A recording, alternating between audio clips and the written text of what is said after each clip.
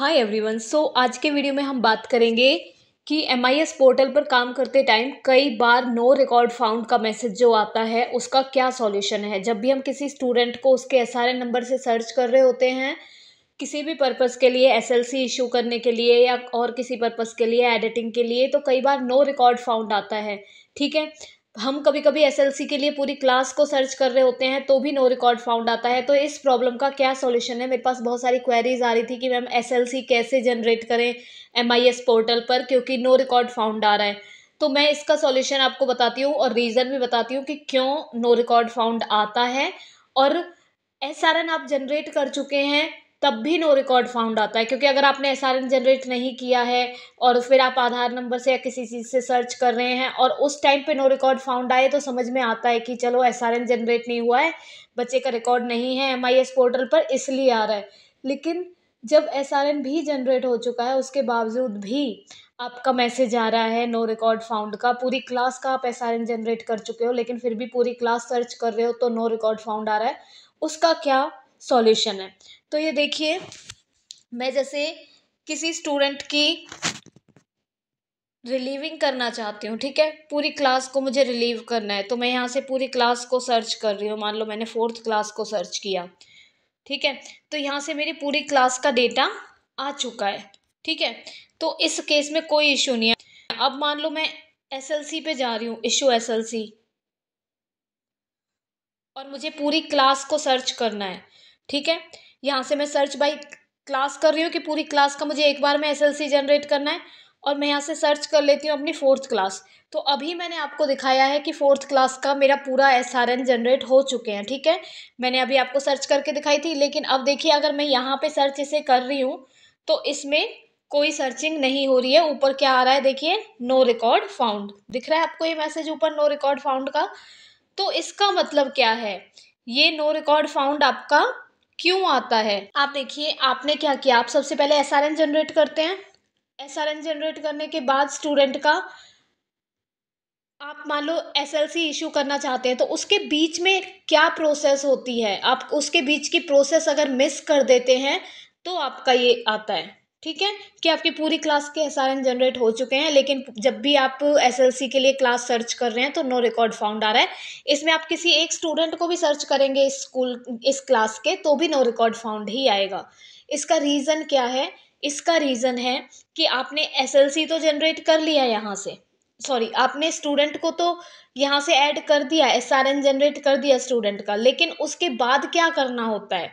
उसके बाद सबसे पहले आप SRN जनरेट करेंगे फ्रेश एडमिशन के थ्रू। ठीक है, आपने फ्रेश एडमिशन किया, स्टूडेंट का SRN जनरेट हो गया। उसके बाद आपको क्या करना है, यहाँ पे आपको करना है सेक्शन एलोकेशन, कि आप SRN किसका जनरेट कर रहे हैं, किसी क्लास का ही तो जनरेट कर रहे हैं, तो उस क्लास में आप सेक्शन तो एलोकेट करोगे तभी तो उस पूरे सेक्शन का SLC इशू होगा। तो SRN तो जनरेट हो जाता है बिना सेक्शन अलोकेट किए, लेकिन SLC जब तक जनरेट नहीं होगा किसी भी स्टूडेंट का, जब तक आप उसको प्रॉपर उस क्लास में कोई सेक्शन एलोकेट नहीं करोगे। तो इस प्रॉब्लम के सॉल्यूशन के लिए हमें सबसे पहले सेक्शन एलोकेशन करना होगा। तो देखिए, किसी भी स्टूडेंट को अगर आपको सेक्शन एलोकेट करना है तो उससे पहले आपको वो सेक्शन क्लास में ऐड करना होगा। मान लो आप किसी स्टूडेंट को 4th क्लास में A सेक्शन देना चाहते हैं तो आपको पहले 4th क्लास में A सेक्शन ऐड करना होगा।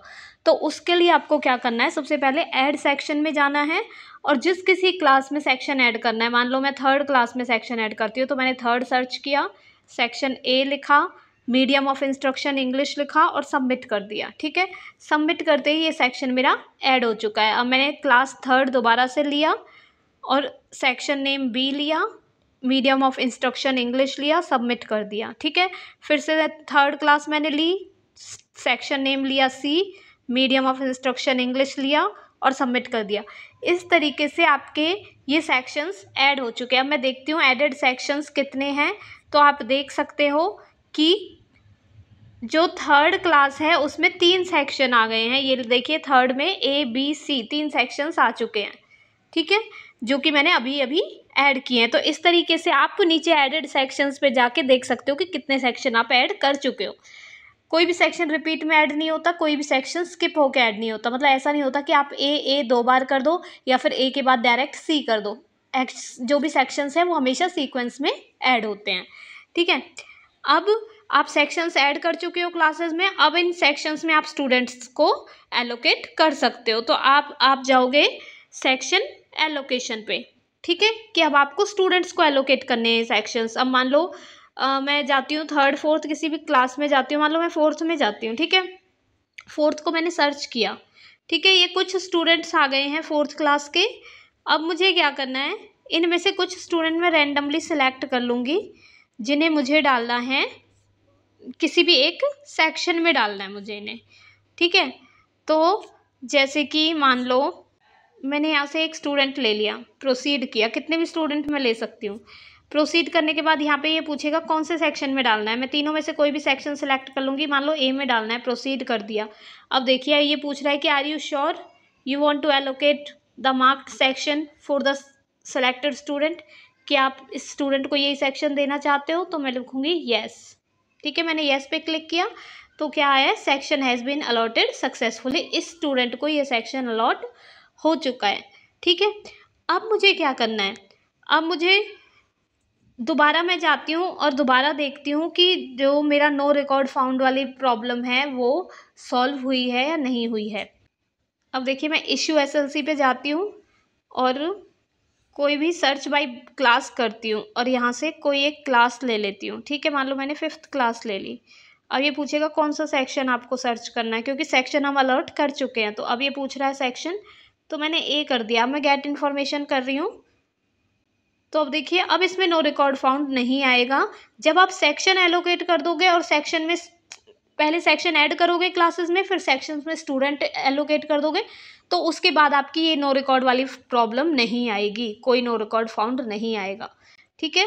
तो यही सॉल्यूशन है कि नो रिकॉर्ड फाउंड कब आता है किसी भी स्टूडेंट का, जब आपने उसको सेक्शन एलोकेट नहीं किया है तो नो रिकॉर्ड फाउंड आएगा। सेक्शन डायरेक्ट एलोकेट नहीं होते, पहले उस क्लास में सेक्शन ऐड करो फिर एलोकेट करो, आपकी ये प्रॉब्लम सॉल्व हो जाएगी। आई होप आपको ये वीडियो हेल्पफुल लगा होगा, and if you like this video then please like share and subscribe my channel and press the bell icon so that you can get the notification of latest videos.